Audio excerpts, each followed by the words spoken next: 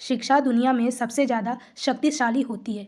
तो आइए इसी को अपना हथियार मानते हुए अपनी जो है तैयारी को एक धार देते हैं। तो हम देख रहे हैं TST PST exam 2025 selection test mock test आज 24 देखेंगे, जिनमें हम हिंदी साहित्य और हिंदी व्याकरण के महत्वपूर्ण प्रश्नों को देख रहे हैं। और ये टीएसटी पीएसटी एग्जाम के साथ साथ अन्य एग्जाम के लिए उतना ही महत्वपूर्ण होगा। तो पिछले मॉक टेस्ट 23 में हमने कुछ 75 प्रश्न कंप्लीट किए थे, तो इस मॉक टेस्ट में उसके आगे का प्रश्न इस कंप्लीट करने वाले हैं। तो इसमें भी आज हम कुछ 25 प्रश्नों को ही देखेंगे। तो 76 प्रश्न पूछ रहा है कि चंद्रकांति में बताना है कौन सा समास होगा। चंद्रकांति शब्द में समास बताना है, बहुब्रीहि तत्पुरुष कर्मधारय या फिर कोई नहीं। तो 76 का 76 का सही उत्तर बी होगा, कर्मधारय समास होगा। कर्मधारय जहाँ पर विशेषण विशेष का योग बनता है वह कर्मधारय समास होता है। चंद्रकांति शब्द में अगर विग्रह करते हैं तो क्या होगा, तो चंद्रकांति का होगा चंद्रमा के समान चमक, यानी चंद्रमा क्या हो जाएगा, विशेष हो जाएगा और चमक उसका जो है विशेषण के बारे में बता रहा है। तो जहाँ पर विशेषण विशेष का योग दिखाई देता है वह कर्मधारय समास होगा। समास पूछा जाए कुल कितने प्रकार के होते हैं, तो समास जो होते हैं वो कुल 6 प्रकार के होते हैं। तो इस तरह से चंद्रकांति शब्द में समास कर्मधारय होगा, विशेषण विशेष का योग बन रहा है। आगे प्रश्न देखते हैं, कृष्णकत्वम शब्द में बताना है संधि कौन सी है। क्रीडकत्वम, कृष्णकत्वम में क्रीडकत्वम शब्द में संधि गुण है वृद्धि अयादि या फिर दीर्घ संधि। तो 77 का सही उत्तर देखेंगे इनमें कौन सा है, तो बी वाला इसमें भी सही होगा, यानी वृद्धि संधि होगा। वृद्धि संधि जहाँ पर मात्राएं बढ़ जाती हैं तो वह वृद्धि संधि होता है। मात्राएं बढ़ गई, इसमें ड में जो है ए की मात्रा लग गई है, डबल ए की मात्रा लग गई, तो इस तरह से मात्राएं बढ़ जाए तो इस ट्रिक से आप चीज़ों को संधि को आप आराम से पहचान सकते हैं। जहाँ पर मात्राएं एक होती हैं वो जो है 90% समझिए कि गुण संधि होता है, और जहाँ पर मात्राएं 2 होंगी तो वह क्या हो जाएगा, वह आपका वृद्धि संधि हो जाएगा। तो यहाँ पर मात्राएं बढ़ रही हैं तो इस तरह से यहाँ पर जो है वृद्धि संधि होगा। कृणकत्वम का संधि विच्छेद करेंगे तो क्या होगा, कृणकत्वम का तो इसका होगा कृष्ण जमा एकत्वम, क्या होगा, कृष्ण जमा एकत्वम, इसका संधि विच्छेद होगा। और वृद्धि रेचि इसका सूत्र होगा। वृद्धि रेचि सूत्र के अनुसार जो है अ या आ के बाद ए या ए होता है तो किसमें परिवर्तन हो जाता है, तो आई में परिवर्तन हो जाता है। तो इस तरह से वृद्धि रेचि सूत्र के अनुसार यहाँ पर वृद्धि संधि होगा। तो 77 का सही उत्तर बी। अगला प्रश्न देखते हैं, नील भरे नित प्रति रहित तऊ न प्यास बुझाए पंक्ति में पूछा कौन सा अलंकार है। अलंकार के बारे में बताना है कि इस पंक्ति में अलंकार कौन सा, अतिशयोक्ति, विशेषोक्ति, विभावना या फिर उपमा। तो 78 का सही उत्तर इनमें से देखेंगे क्या होगा, तो 78 का सही उत्तर इनमें से बी वाला होगा, यानी विशेषोक्ति अलंकार होगा। 78 का सही उत्तर क्या होगा, विशेषोक्ति अलंकार। विशेषोक्ति अलंकार क्या होता है, तो विशेषोक्ति अलंकार बोल सकते हैं विभावना अलंकार का बिल्कुल विपरीत होता है। विभावना अलंकार का क्या होता है, बिल्कुल विपरीत अर्थात उल्टा होता है। विभावना अलंकार में क्या होता है कि जहाँ पर कारण न होने पर भी कार्य होने लगता है वह विभावना अलंकार होता है। ठीक इसका विपरीत जो होता है विशेषोक्ति अलंकार होता है। जैसे विभावना अलंकार में एक उदाहरण है कि बिनु पग चले सुने बिनु काना, यानी बिना पैर के वह चल रहा है और बिना कान के वह सुन रहा है, तो यहाँ पर विभावना अलंकार होगा। किंतु विशेषोक्ति अलंकार में क्या होता है कि जहाँ पर कारण उपस्थित होने पर भी कार्य नहीं हो पाता है उसे विशेषोक्ति अलंकार कहते हैं। कौन सा अलंकार कहेंगे, जहाँ पर कारण है फिर भी कार्य नहीं होता। विभावना में क्या होता है, कारण नहीं होने पर भी कार्य हो रहा है, तो जहाँ पर इसका बिल्कुल विपरीत उसके बारे में उल्टा बताया जाता है वह विशेषोक्ति अलंकार होता है। तो कार्य ना हो तो क्या हो जाएगा, विशेषोक्ति। तो इस पंक्ति में आप देखेंगे जल से भरे रहने पर भी नेत्रों की प्यास कभी बुझती ही नहीं है, यानी जल से भरे हुए नेत्र है लेकिन फिर भी प्यास नहीं बुझ रही, यानी कि कारण है लेकिन कार्य फिर भी नहीं हो पा रहे हैं। तो प्यास बुझने का कारण जो जल उपस्थित है किंतु प्यास फिर भी नहीं बुझ रही है, तो यह क्या हो जाएगा, विशेषोक्ति अलंकार, यानी कारण सभी चीज उपस्थित है लेकिन कार्य संपन्न नहीं हो रहा है, तो यहाँ पर विशेषोक्ति अलंकार होगा। तो आपको ये समझ में आ गया कि विभावना जो है विशेषोक्ति अलंकार का विपरीत होता है। अगर प्रश्न पूछा जाए कि विभावना अलंकार किस अलंकार का विपरीत होता है तो विशेषोक्ति अलंकार का होता है। तो 78 का सही उत्तर 78 का सही उत्तर बी होगा। अगला प्रश्न देखते हैं, 79 है कि प्रगतिवादी कवि कौन से हैं। जयशंकर प्रसाद, मुक्तिबोध, केदारनाथ या फिर हरवंश राय बच्चन। तो हिंदी साहित्य के कुछ महत्वपूर्ण प्रश्न इसमें भी हैं। तो 79 का सही उत्तर क्या होगा, प्रगतिवादी में से कवि बताना कौन से हैं। तो 79 का सही उत्तर हम जानेंगे। सही उत्तर क्या है, तो सी वाला उत्तर बिल्कुल सही, यदि केदारनाथ अग्रवाल जी जो हैं वह प्रगतिवादी कवि के रूप में जाने जाते हैं। कौन, तो केदारनाथ अग्रवाल। इनकी कुछ रचनाओं का नाम जान लेते हैं। इनकी कुछ रचनाएं कृतियां कौन कौन सी है, तो एक है युग की गंगा है, नीत के बादल, फूल नहीं रंग बोलते हैं, आग का आईना, समय समय पर अपूर्वा है। तो इस तरह से इनकी कुछ रचनाएं हैं। आगे देखते हैं कि जैसे बोल सकते हैं कि इनकी कुछ पूर्वा है, नागार्जुन वेशु, मंगल सिंह सुमन, इस तरह इनकी कुछ रचनाएं मतलब प्रगतिवादी की कुछ रचनाएं हैं। रचनाओं का नाम फिर से याद कर लीजिएगा, जैसे आग का आईना, समय समय पर अपूर्वा, ये कुछ रचनाएं। अगर प्रगतिवादी कवि के बारे में पूछा जाए कि प्रगतिवादी कवि और कौन कौन से होते हैं, तो एक सुमित्रानंद पंत भी जो है छायावाद के प्रमुख कवि के रूप में जाने जाते हैं, तो प्रगतिवादी के रूप में सुमित्रानंद पंत भी आएंगे। एक नागार्जुन जी भी हैं, वो भी क्या है, जो कि एक आधुनिक कवि के रूप में जाने जाते हैं, तो वह भी जो है बोल सकते हैं कि वह भी एक प्रगतिवादी कवि के अंतर्गत आएंगे। अज्ञेय जी भी क्या एक प्रगतिवादी या उनको प्रयोगवाद के अंतर्गत बोल सकते हैं, अज्ञेय जी प्रयोगवाद के अंतर्गत आएंगे। इस तरह से रामविलास शर्मा जी भी जो है प्रगतिवादी कवि आएंगे। सूर्यकांत त्रिपाठी निराला जी जो हैं वह भी एक प्रगतिवादी कवि के अंतर्गत आएंगे। तो कुछ कवियों का नाम इस तरह से याद रखिए कि कौन कौन से जो महत्वपूर्ण कवियाँ हैं वह प्रगतिवादी के अंतर्गत आ रहे हैं। तो सही उत्तर 79 का सही उत्तर सी वाला होगा। आगे देखते हैं 80 की नई कविता पत्रिका का प्रकाशन आरंभ कब हुआ था। तो नई कविता का आरंभ कब हुआ था इस पत्रिका का? 1953 में, 1954, 1955 या फिर 1956 में। तो 80 का सही उत्तर इनमें से क्या होगा? तो 80 का सही उत्तर बी वाला होगा, यानी 1954 में जो है नई कविता पत्रिका का प्रकाशन हुआ था। 80 का सही उत्तर बी वाला है, यानी नई कविता पत्रिका का जो संपादन कब हुआ? तो 1954 में। अगर पूछा जाए कि इसके संपादक कौन कौन से हैं, इसको आरंभ करने वाले श्रेय किन किन को जाता है, तो इसके संपादक के रूप में जगदीश गुप्ता जी हैं और राम स्वरूप चतुर्वेदी जी जो है मुख्य रूप से इन दोनों लोगों का नाम आता है। कौन कौन से? जगदीश गुप्ता और राम स्वरूप चतुर्वेदी जी नई कविता पत्रिका के संपादक के रूप में जाने जाते, कार्यभार इनका संभालते हैं। तो 80 का सही उत्तर पत्रिका प्रकाशन कब हुआ? तो 1954 में। आगे देखते हैं 81 प्रश्न पूछ रहा है कि सूची 1 का सूची 2 से मिलान करना है। तो मिलान करना, लाल की छत, आपका बंटी, जुगलबंदी, 55 खंबे, लाल दीवारें। अब ये कुछ रचनाएं हैं वह किसके द्वारा लिखा गया है, यानी इस रचनाओं का जो है नाम बताना है। तो इसका हम सही उत्तर सबसे पहले जान लेते हैं। तो इसका देखिए सही उत्तर नीचे दिया गया 81 का। तो 81 का इस तरह से सही उत्तर हम इसमें पहला वाला ही सही बन रहा है, पहला वाला ही, यानी पहले का क्या होगा? ए का पहला होगा। ए का पहला मतलब ए का पहला कौन सा? लाल की छत किसका है? तो है आपका निर्मल वर्मा जी का है। किसका है? तो निर्मल वर्मा जी का है। किसका है? तो निर्मल। लाल की छत किसका है? तो निर्मल वर्मा जी का है। आपका बंटी किसका है? तो मन्नू भंडारी जी का है। जुगलबंदी किसका है? तो गिरिराज किशोर का है। 55 खंबे, लाल दीवारी किसका है? तो उषा प्रेमवदा जी की कुछ कहानियां हैं। तो इस तरह से कुछ रचनाओं का जो है मिलान हुआ। तो इस तरह से पहला वाला ए वाला उत्तर सही होगा। अगला प्रश्न देखते हैं 81 हो गया। 82 प्रश्न पूछा है कि बनन में बागन में बगरो बसंत, बनन में बागन में बरियो बसंत है, पद्माकर किस पंक्ति का अर्थ शब्द किस शक्ति से ग्रहण किया जा सकेगा।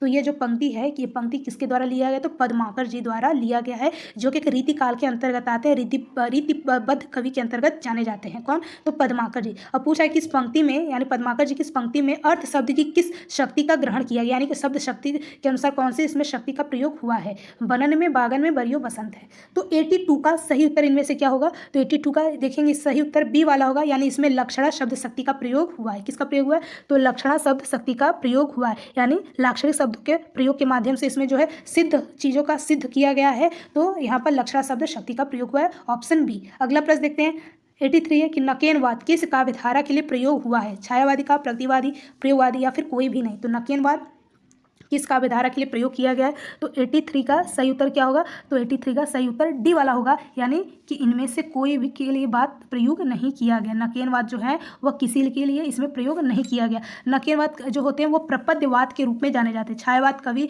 छायावाद, प्रगतिवाद, प्रयोगवाद ये बिल्कुल अलग अलग काव्य हैं। तो नकेनवाद जो होते हैं उसको हम अलग दूसरे शब्दों में हम बोल सकते हैं, अन्य शब्दों में इसको प्रपद्यवाद कहा जाता है। क्या कहा जाता है? तो प्रपद्यवाद कहा जाता है। किसको? तो नकेनवाद को। और नकेनवाद के अंतर्गत तीन कवि मुख्य रूप से, कवि ने तीन लेखक मुख्य रूप से आते हैं। कौन कौन से? वह नकेनवाद के अंतर्गत तीन लेखक कौन कौन से आते हैं? तो नाम याद रखिएगा, नलिन विलोचन शर्मा, केसरी कुमार और बोल सकते हैं कि नरेश मेहता। तो इस तरह से कुछ जो है तीन लेखक जो है मुख्य रूप से आते हैं। नलिन विलोचन शर्मा, केसरी कुमार और नरेश मेहता जो है नकेनवाद के तीन प्रमुख लेखक जाने जाते हैं, और इसको अन्य नाम प्रपद्यवाद भी कहा जाता है। तो सही ऑप्शन क्या होगा? 84 इनमें से कोई नहीं था इसमें ऑप्शन में। अगर प्रपद्यवाद इस ऑप्शन में रहता तो इसका प्रपद्यवाद ही सही उत्तर माना जाता, किंतु नहीं है, तो इसलिए डी ऑप्शन बिल्कुल सही। अगला प्रश्न देखते हैं 84 प्रश्न पूछा है कि अबे सुनबे गुलाब भूल मत गर पाई खुशबू रंगो आप। इस काव्य पंक्ति का जो संबंध किससे? प्रगतिवादी से, प्रयोगवाद कविता, समानांतर कविता या फिर कोई नहीं। तो 84 का सही उत्तर क्या होगा? तो 84 का इसमें सही उत्तर ए वाला होगा, यानी प्रगतिवादी कविता से है। अबे सुनबे गुलाब भूल मत गर पाई खुशबू रंगो आप। तो यह जो है कविता किसे लिया गया है? तो प्रगतिवादी कविता से लिया गया है, और यह जो है निराला जी की पंक्तियां हैं। किसकी पंक्तियां हैं? तो यह निराला जी की जो है पंक्तियां हैं। आगे देखते हैं 84 का सही उत्तर ए वाला होगा, प्रगतिवादी कविता से संबंधित है पंक्ति। आगे देखते हैं 85 प्रश्न पूछ रहा है कि सूची 1 का सूची 2 से मिलान करना। इत्यलम, ठंडा लोहा, गीत फरोश, संशय की एक रात।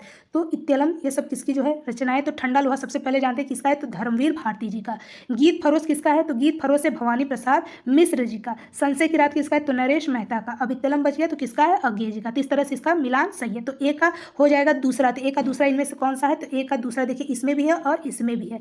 तो नीचे वाले देखते हैं ठंडा लोहा जो है किसका है, तो धर्मवीर भारती जी का। बी का पहला हो जाएगा, तो बी का पहले देखिए इसी वाले में होगा, किसमें, तो बी वाले पहले इसमें, यानी डी ऑप्शन बिल्कुल सही होगा सूची के अनुसार। अगला देखते हैं नाट्य शास्त्र के रचयिता कौन है। तो ये सब प्रश्न जो हमने कम्युनिटी में भी हम डालते रहते हैं, तो वहाँ से भी आप चीज़ों को देख सकते हैं, समझ सकते हैं। तो 86 का सही उत्तर क्या होगा, नाट्य शास्त्र के रचयिता कौन है, जो कि रस सिद्धांत के प्रवर्तक या जनदाता के रूप में जाने गए, तो कौन है, तो आचार्य भरत मुनि जी हैं। कौन है, तो आचार्य भरत मुनि जी हैं नाट्य शास्त्र के रचयिता। अब भरत मुनि जी के अनुसार रसों की ये संख्या कुल कितनी मानते हैं, तो 8 मानते हैं। रसों की कुल संख्या कितनी, 8 है, और स्थायी भाव की संख्या भी वे 8 ही मानते हैं, और इनके रचना का नाम है नाट्यशास्त्र। तो सही उत्तर 86 का ए है। अगला प्रश्न देखते हैं, मैं पुनि निज गुरु कथा सो सूकर खेत। यह जो कथन है किस कवि के द्वारा लिखा गया है, क्या है, मैं पुनि निज गुरु कथा सो सूकर खेत। यह जो कथन है किस कवि से संबंधित है, किस कवि ने ये पंक्तियां लिखी, तुलसीदास, कबीरदास, नाभा या फिर सूरदास। तो 87 का सही उत्तर इनमें से क्या होगा, तो 87 का सही उत्तर ए वाला है, यानी ये तुलसीदास जी के द्वारा ये जो है पंक्तियां लिखी गई है।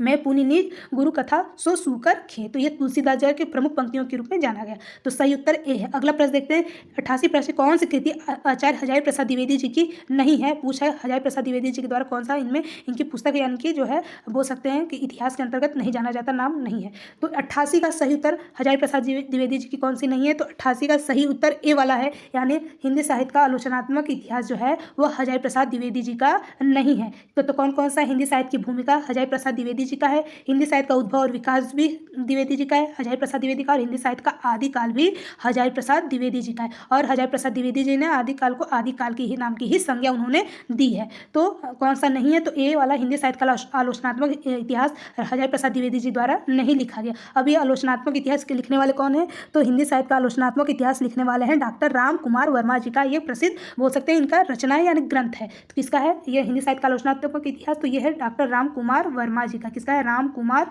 वर्मा जी का ये ग्रंथ या पुस्तक के रूप में जाना जाता है, राम कुमार वर्मा। अगला प्रश्न देखते हैं, तो सही उत्तर 88 का ए है। अगला देखते हैं 89 प्रश्न है कि कौन सा निबंधकार भारतेंदु युग के अंतर्गत नहीं आते हैं। कौन से हैं जो भारतेंदु युग के अंतर्गत नहीं है, बालकृष्ण भट्ट, प्रताप नारायण मिश्र, बाल मुकुंद गुप्त या श्रीनिवास दत्त, यानी कि लाला श्रीनिवास दत्त। तो कौन से निबंधकार भारतेंदु युग के अंतर्गत नहीं जाने गए हैं, तो 89 का सही उत्तर कौन से हैं, तो बाल मुकुंद गुप्त जी जो है वह बोल सकते हैं भारतेंदु युग के अंतर्गत नहीं आते हैं। कौन, तो 89 का 89 का सही उत्तर भी जो है बाल मुकुंद गुप्त जी। तो कुछ याद कर लेते हैं, जैसे भारतेंदु युग के अंतर्गत कौन कौन से कवि आ सकते हैं, तो भारतेंदु हरिश्चंद्र जी पहले आते हैं। भारतेंदु जो इन्होंने जो है बोल सकते हैं कि भारतेंदु युग का जो है शुरुआत करते हैं भारतेंदु जी के नाम से ही। प्रताप नारायण मिश्र जी भी हैं भारतेंदु युग के अंतर्गत। बालकृष्ण भट्ट जी भी भारतेंदु युग के अंतर्गत आते हैं। बद्री नारायण चौधरी प्रेमचंद भी आते हैं। लाला श्रीनिवास दास भी भारतेंदु युग के अंतर्गत आते हैं। और इसके अलावा जो है राधा चरण गोस्वामी जी भी जो है भारतेंदु युग के अंतर्गत आते हैं। और काशीनाथ खत्री जी भी का नाम जो है भारतेंदु युग के अंतर्गत लिया जाता है। तो कौन से नहीं है, तो बाल मुकुंद गुप्त जी। तो ये बाल मुकुंद गुप्त जी किस युग के अंतर्गत आते हैं, तो बाल मुकुंद गुप्त जी आते हैं द्विवेदी युग के अंतर्गत जाने जाते हैं। कौन, तो बाल मुकुंद गुप्त। तो नहीं पूछ रहा था, तो सही उत्तर बी वाला ही होगा, नहीं के अनुसार। अगला प्रश्न देखते हैं, अपने काव्य जीवन के उत्तर में अरविंद दर्शन से प्रभावित कवि कौन है। अब बताना कि अरविंद दर्शन से प्रभावित कवि कौन जाने जाते हैं, महादेव वर्मा, जयशंकर प्रसाद, सुमित्रानंद पंत या फिर अज्ञेय जी। तो अरविंद दर्शन से प्रभावित कवि कौन है, और अरविंद दर्शन किसे मतलब किस युग के अंतर्गत आते हैं, तो ये अरविंद दर्शन आता है छायावादी युग के अंतर्गत आते हैं। कौन से अंतर्गत, तो छायावादी युग के अंतर्गत ये अरविंद दर्शन आते हैं। तो अरविंद दर्शन से प्रभावित कवि कौन है, तो 90 का सही उत्तर क्या होगा, तो 90 का भी, यानी कि सुमित्रानंद पंत जी जो हैं वो अरविंद दर्शन से प्रभावित कवि के रूप में जाने जाते हैं। तो 90 का सही उत्तर क्या होगा, 90 का सही उत्तर होगा बी वाला, यानी सुमित्रानंद पंत जी जो है अरविंद दर्शन से प्रभावित कवि के रूप में जाने गए। और इनको जो है प्रकृति प्रेमी का भी इनको कह सकते हैं, प्रकृति प्रेमी या अरविंद दर्शन से प्रभावित कवि है। आगे देखते हैं 91 का सही 91 प्रश्न पूछा कि हंस का संपादन किसने किया है। हंस पत्रिका का संपादन करने वाले का नाम बताना है, प्रेमचंद है, अमृत राय, शिवदान सिंह चौहान या फिर इनमें से सभी हैं।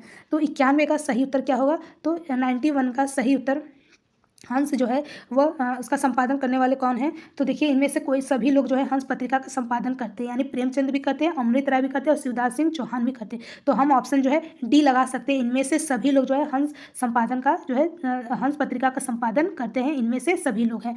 तो 91 का सही उत्तर डी होगा। अगर पूछा जाए कि हंस पत्रिका का संपादन प्रकाशन कब होता है, तो यह होता है 1930 में होता है। कब होता है? तो 1930 में हंस पत्रिका का संपादन होता है। और यह पत्रिका जो 1930 में प्रकाशन होता है, अगर पूछा जाए इसका स्थान यानी इसका प्रकाशन कहाँ होता है, तो बनारस में ही होता है। और ये संपादक के रूप में प्रेमचंद जी का भी नाम आता है, शिवदास सिंह चौहान का भी नाम आता है, अमृत राय जी का भी नाम जो है प्रमुख रूप से लिया जाता है। तो हंस पत्रिका का संपादन कब हुआ? 1930 में। कहाँ पर हुआ? बनारस में। और ये सभी लोग संपादक के रूप में जाने जाते हैं। तो सही उत्तर टी वाला होगा। अगला प्रश्न देखते हैं, आर्य समाज के बताना संस्थापक कौन है? तो बहुत सरल सा प्रश्न पूछ रहा है। तो आर्य समाज के संस्थापक आपको पता है कौन है? तो 92 का सही उत्तर होगा डी वाला। आर्य समाज के संस्थापक कौन है? तो दयानंद सरस्वती जी हैं। कौन है?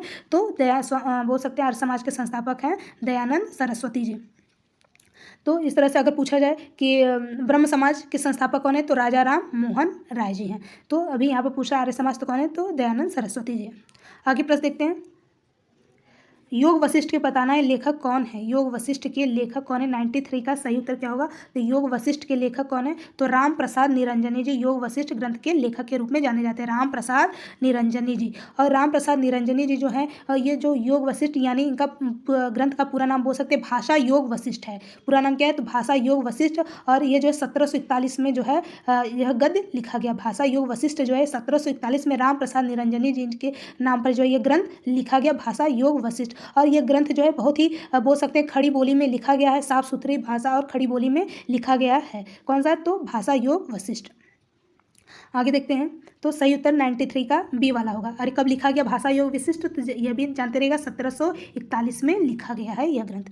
तो सही उत्तर बी है। अगला प्रश्न देखते हैं, 93 हो गया। 94 है कि वैदेही वनवास के लेखक का नाम बताना है कि वैदेही वनवास के लेखक कौन है? तो 94 का सही उत्तर देखेंगे कौन सा है, तो बी अयोध्या सिंह उपाध्याय हरिओध जी है वैदेही वनवास के लेखक। कौन है? तो अयोध्या सिंह उपाध्याय हरिओध इनका पूरा नाम है। इनकी कुछ रचनाओं को याद कर लेते जान लेते, तो कौन कौन सी इनकी कुछ प्रमुख रचनाएं, तो जैसे प्रिय प्रवास है, प्रथम प्रसून है, चुपते चौपते चौखे चौपदे हैं, और रस कलश है, वैदेही वनवास तो है ही इनका। और इसके अलावा जो है कि इनकी कुछ रचनाएं अयोध्या सिंह उपाध्याय के मतलब कुछ रचनाएं हैं। अगर पूछा जाए कि अयोध्या सिंह उपाध्याय जो है किस युग के अंतर्गत आते हैं, तो यह द्विवेदी युग के अंतर्गत अयोध्या सिंह उपाध्याय आते हैं। कुछ रचनाएं जो मैथिली शरण गुप्त को भी याद कर लेते हैं, तो मैथिली शरण गुप्त जी जो है एक राष्ट्रीय कवि के रूप में जाने जाते हैं। इनकी कुछ रचनाएं जैसे भारत भारती है, पंचवटी है, झंकार है, साकेत है, यशोधरा, जय भारत, विष्णुप्रिया, जय द्रतवध है। तो कुछ रचनाएं मैथिली शरण गुप्त जी की है। तो सही उत्तर 94 का बी वाला है अयोध्या सिंह उपाध्याय वैदेही वनवास के लेखक। अगला प्रश्न देखते हैं, दीनमान और प्रतीक संपादक के रूप में किन्हें ख्याति प्राप्त हुई, उनका नाम बताना है। दीनमान और प्रतीक पत्रिका का संपादक के रूप में कौन जाना जाता है? दीनमान और प्रतीक तो कौन है? तो 95 का सही उत्तर इनमें से क्या होगा? बनारसी दास चतुर्वेदी हैं, अज्ञे हैं, अमृत राय हैं, धर्मवीर भारती जी हैं। तो 95 का इनमें से देखेंगे सही उत्तर कौन सा है, तो बी वाला है, यानी कि दीनमान और प्रतीक संपादक के रूप में किनको ख्याति प्राप्त हुई, तो अज्ञे जी का। इनका पूरा नाम है सचिदानंद हीरानंद वात्स्यायन अज्ञे इनका पूरा नाम है। तो इस तरह से 95 का सही उत्तर अज्ञे हैं, जिन्होंने दीनमान और प्रतीक संपादक के रूप में जाने जाते हैं। आगे देखते हैं, 95 का सही उत्तर बी वाला है। अगला प्रश्न देखते हैं, 96 प्रश्न पूछा कि प्रगतिवादी के समीक्षक के रूप में कौन जानेंगे? रामचंद्र शुक्ल, गुलाब राय, रामविलास शर्मा, श्याम सुंदर दास। तो 96 का सही उत्तर बी वाला है, रामविलास शर्मा जी जो है अभी बताएं प्रगतिवादी समीक्षक के अंतर्गत जाने जाते हैं। रामविलास शर्मा है, सुमित्रानंद पंत है, यह लोग जो है प्रगतिवाद के अंतर्गत जाने जाते हैं। नागार्जुन जी भी जो है प्रगतिवाद के प्रमुख लेखक के रूप में, कवि के रूप में जाने गए। आगे देखते हैं, 96 का सही उत्तर बी वाला होगा। आगे देखते हैं, प्रगतिवाद समीक्षक रामविलास शर्मा। 97 प्रश्न है, 97 की कौन सी रचना जयसी जी की नहीं है? तो जयसी जी की कौन सी रचना इनमें से नहीं है? 97 का सही उत्तर 97 का सही उत्तर ए है, मधुमालती जो है वह जयसी जी की रचना नहीं है। मधुमालती किसकी रचना है? तब मधुमालती हम बोल सकते हैं ये मंझन की रचना है। किसकी रचना है? तो मंझन जी की यह रचना है। किसकी है? मंझन जी की मधुमालती की रचना है। और ये मधुमालती कब लिखी गई, इसका प्रकाशन वर्ष याद करेंगे तो 1545 ईस्वी में जो है मधुमालती लिखा गया मंझन जी के द्वारा। तो कौन कौन सी रचना है? जैसे जी पद्मावत है, खरावट है और आखिरी कलाम है।